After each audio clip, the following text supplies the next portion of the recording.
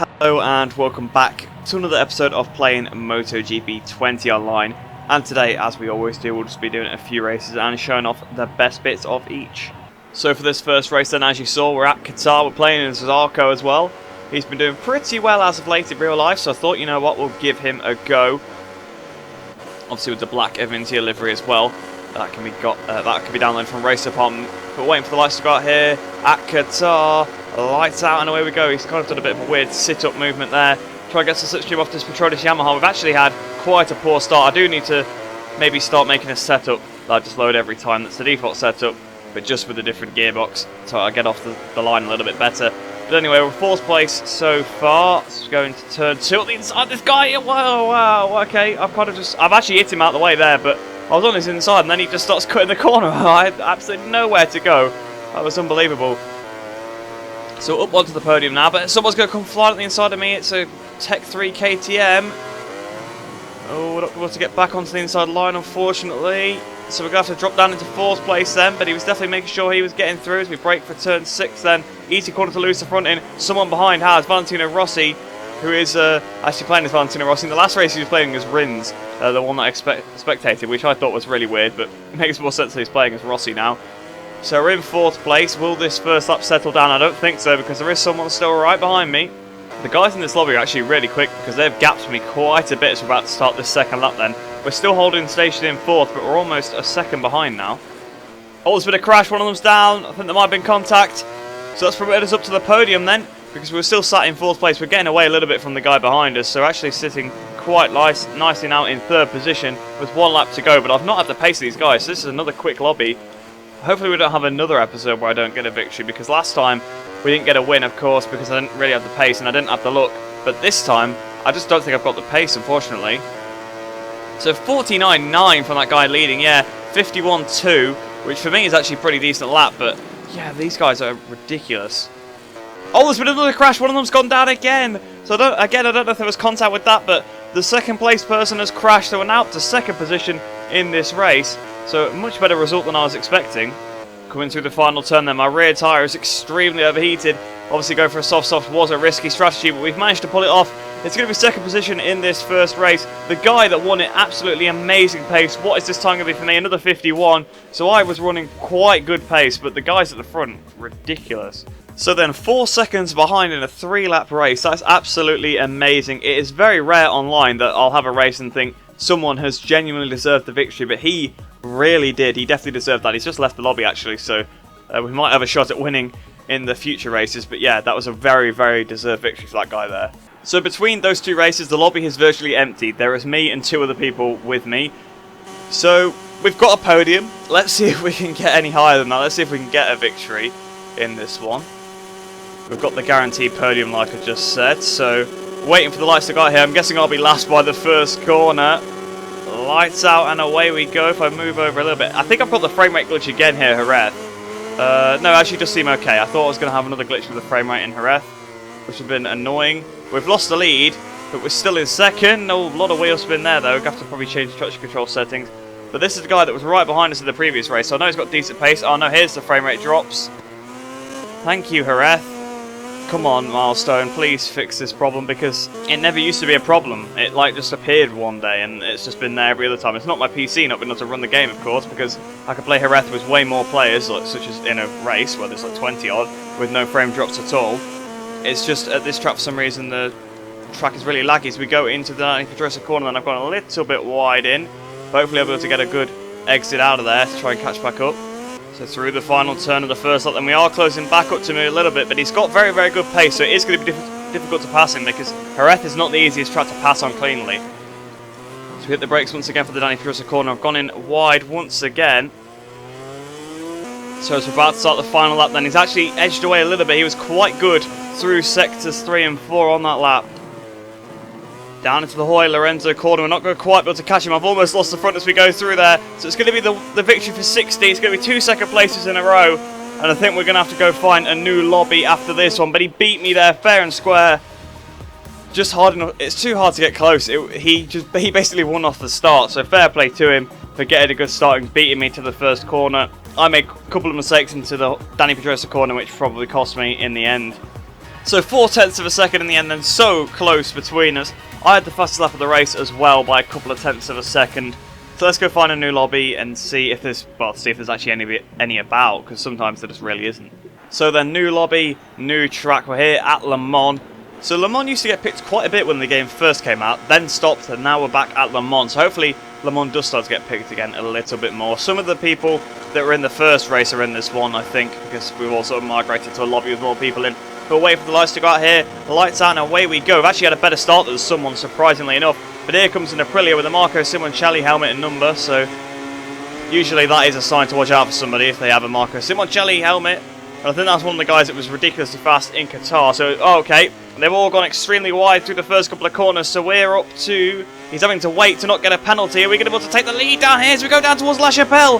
Going to try to go around the outside through La Chapelle. I've gone a little bit hot trying to just outbrake him, and he's still got the position, but I'm running on the throttle around the outside, side by side down towards Museum. Still side by side, hitting the brakes from Museum, and the bike kicks out as I try and turn and brake at the same time. And we've had a little bit of contact, but luckily we didn't crash. It's not like me and John in the previous episode.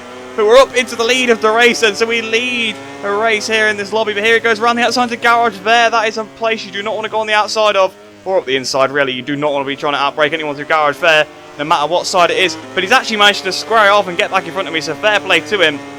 He has been clean so far, so I'll get rid of the stereotype for the helmet and number for him, at least anyway. Most of the time, it does not signify clean racing, but same with anyone that plays as Rossi or Marquez, usually as not the cleanest rider. That's my things to look out for. So we're in second position, and I don't want to come second 3 times in a row, if I'm honest. I would like to actually get a victory, but he is quicker than me, it seems, because, well, he got that past me, even though I really did try and tough it out with him. So through the last corner then, at the end of this first lap, the rear spinning up a little bit for me.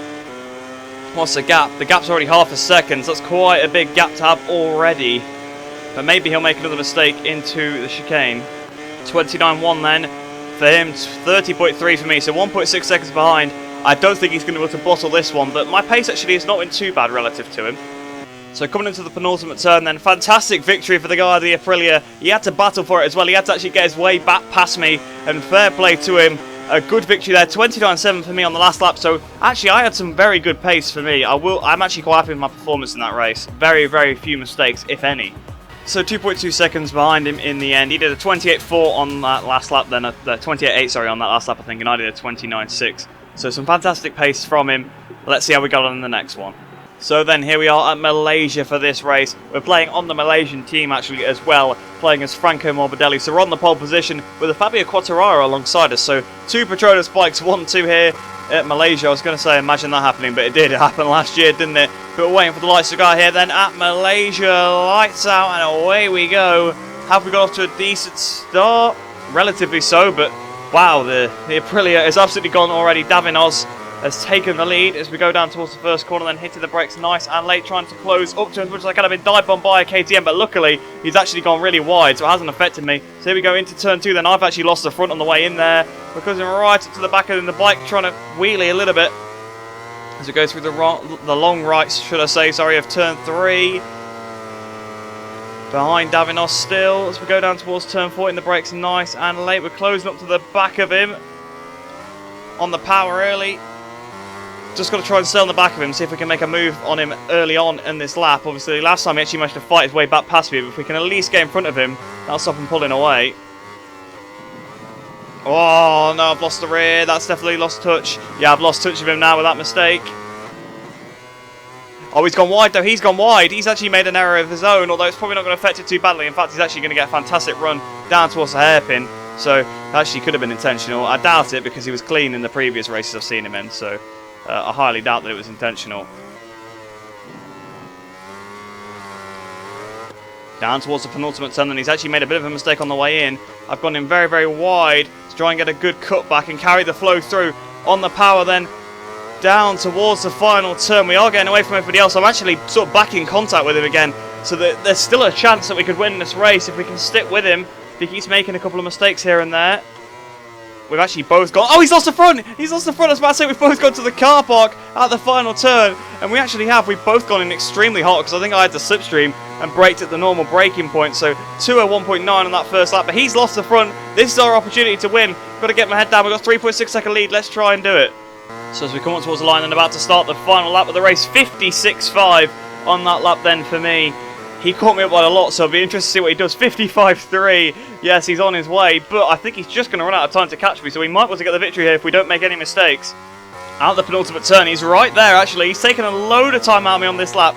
I don't know whether I've just taken it too cautiously and trying not to crash, but we've got to get this braking zone perfect. We can't brake too early, we can't brake too late. So we go into the last corner, then here he's back! He's on the inside! He's actually hit me wide! I think he might have made it stick. As we come out the last corner, he's actually mugged me. He's done it! At the end of the race, we've lost the victory! Oh, you're joking me. Well, it was a bit of a send, like, to be fair. Like, it was a dive, and he did hit me, but... I can't. How has he found that much time? He must have got a 54 on that last lap or something. I didn't see my last lap because I had my eyes closed looking down when we were going over the line because I was disappointed, but... how he's managed that, I have no idea. And we were keeping him honest on the first lap as well, so his tyre must have been struggling to get the temperature on that first lap, and I was capitalising on it. 55.2 on that last lap, yeah, that'd be what he did, so... Oh, I won! He had a penalty! Oh, I still won! Oh, that's taken a bit of a turn, so finally we get a win then in this episode. Looks like we're going to have to change lobbies again, because it's just going to be me and one other person. Oh, I was disappointed, but we lost it on track, but we did still win because of the penalty. He did actually cut the third to last corner on the first lap, so that's probably why he got the penalty. So off the back of that Malaysia win, then we're here at Silverstone, where we have had a few wins in the past on these online videos. So hopefully we can get another one playing. It's Alex Rins, obviously the winner of the 2019 British Grand Prix. So if that plays into our favour any amount, that would be nice. We're waiting for the lights to go out here. Lights out and away we go. If you ignore what was probably the worst intro to a track ever. Oh, I've almost hit the inside wall there. Okay, that guy's lost the front already. So we've dropped down to third place, so as I've let Cornetto come through. So that's quite an interesting name then. So we're behind an ice cream, and well, we've got past the ice cream now, and we're behind Rodan. Rodan's gone a little bit wide. He's gone on the grass. Up the inside of him we go on the curb, because I knew he was obviously going to understeer wide after being on that curb. Cornetto's gone down, so the ice cream has crashed. We've got half a second lead then. Can we try and make it 2 victories in a row? It does kind of feel a little bit cheap though, since the guy that we have in battling, Davinos, has actually left the lobby. Mesmir X has fell off. But the guy behind us actually still pretty close, Rodan, so it's not over yet, that's for sure. Especially if we go wide through Vale like we have, and I'm going to have to mess up turn 9, and then it's probably going to affect me through Club as well. So we've still got the lead, but he's right behind us again. Can't afford to be... Okay, well, he's just given us an absolutely massive... Well, not a massive gap, but he's given us a bit of a bigger gap now because of that. Don't know whether he was trying to exceed trial limits or not, but it definitely hindered him instead of helping him. So through Woodcut corner then, about to start the second lap. We've not got a massive lead over the guy behind, 0.6 of a second. Made another massive mistake there, and that's allowed him to close right back up to us. So Rodan is just staying in the fight, based on the fact that I keep making mistakes. That's how we took the lead off him in the first place, actually. Him making a mistake. And now it's me making all the mistakes. Here he goes, he's looking for a move on the outside, but he's just gone a little bit wide into Stowe, so not quite been able to make it stick there. I thought it was him that had crashed then, but once again it is Mr. Ice Cream. Not the best line through Vale there, but we have blocked turn 9 off quite well. He might be able to cut underneath at Club. No, he's not far enough alongside to do that, so we're still leading for now. Despite this probably being the worst ridden race of the episode, we're still out front. Whereas I thought Sepang was actually very well ridden, maybe until that last corner where probably could have jammed on the brakes a good 50 metres later. But either way, we won it on a penalty anyway, so it doesn't matter too much. Into Village then. Still leading for now, but I can hear that Ducati right behind me as we go through the loop, and then it'll be Aintree next. So about to start the final lap then. He's all over the back of it still, Rodan. 57 there, that's not a great lap time. I need to try and up my pace a little bit and not make so many mistakes. So as we come through Luffield then, we've hung on to the victory. He's dropped a little bit further back than he was before, but actually his pace wasn't too bad even though we didn't really make any mistakes on this final lap. But coming over the line then, 56.8, so actually not much better. So yeah, this guy's pace not too bad in the end, but we did bring home the victory despite him being right behind us the whole time. So then 9/10 of a second in the lead apparently by the end, but he actually had a penalty as well, so even if he had got past us, he perhaps wouldn't have finished behind us. But yeah, pretty good pace from him there, to be fair. Kept me honest all race, even though I did make quite a few mistakes myself. So from Britain to America, here we are for the final race of the video. We're playing as Bradley Smith here at Austin. And to be honest, the last couple of times we've played at Austin, it's gone quite well for me. So hopefully that trend can continue. So Traction Control 3, Power Mode 2, waiting for the lights to go out here then at Austin. Lights out and away we go. We've not actually had the best start off the line. Here comes the Suzuki on my left-hand side. Down towards the first corner is Akai. I've braked so late for this first corner. Actually, no, I've not really. I've got it stopped quite well. And here we are on the power. There's a contact. Oh!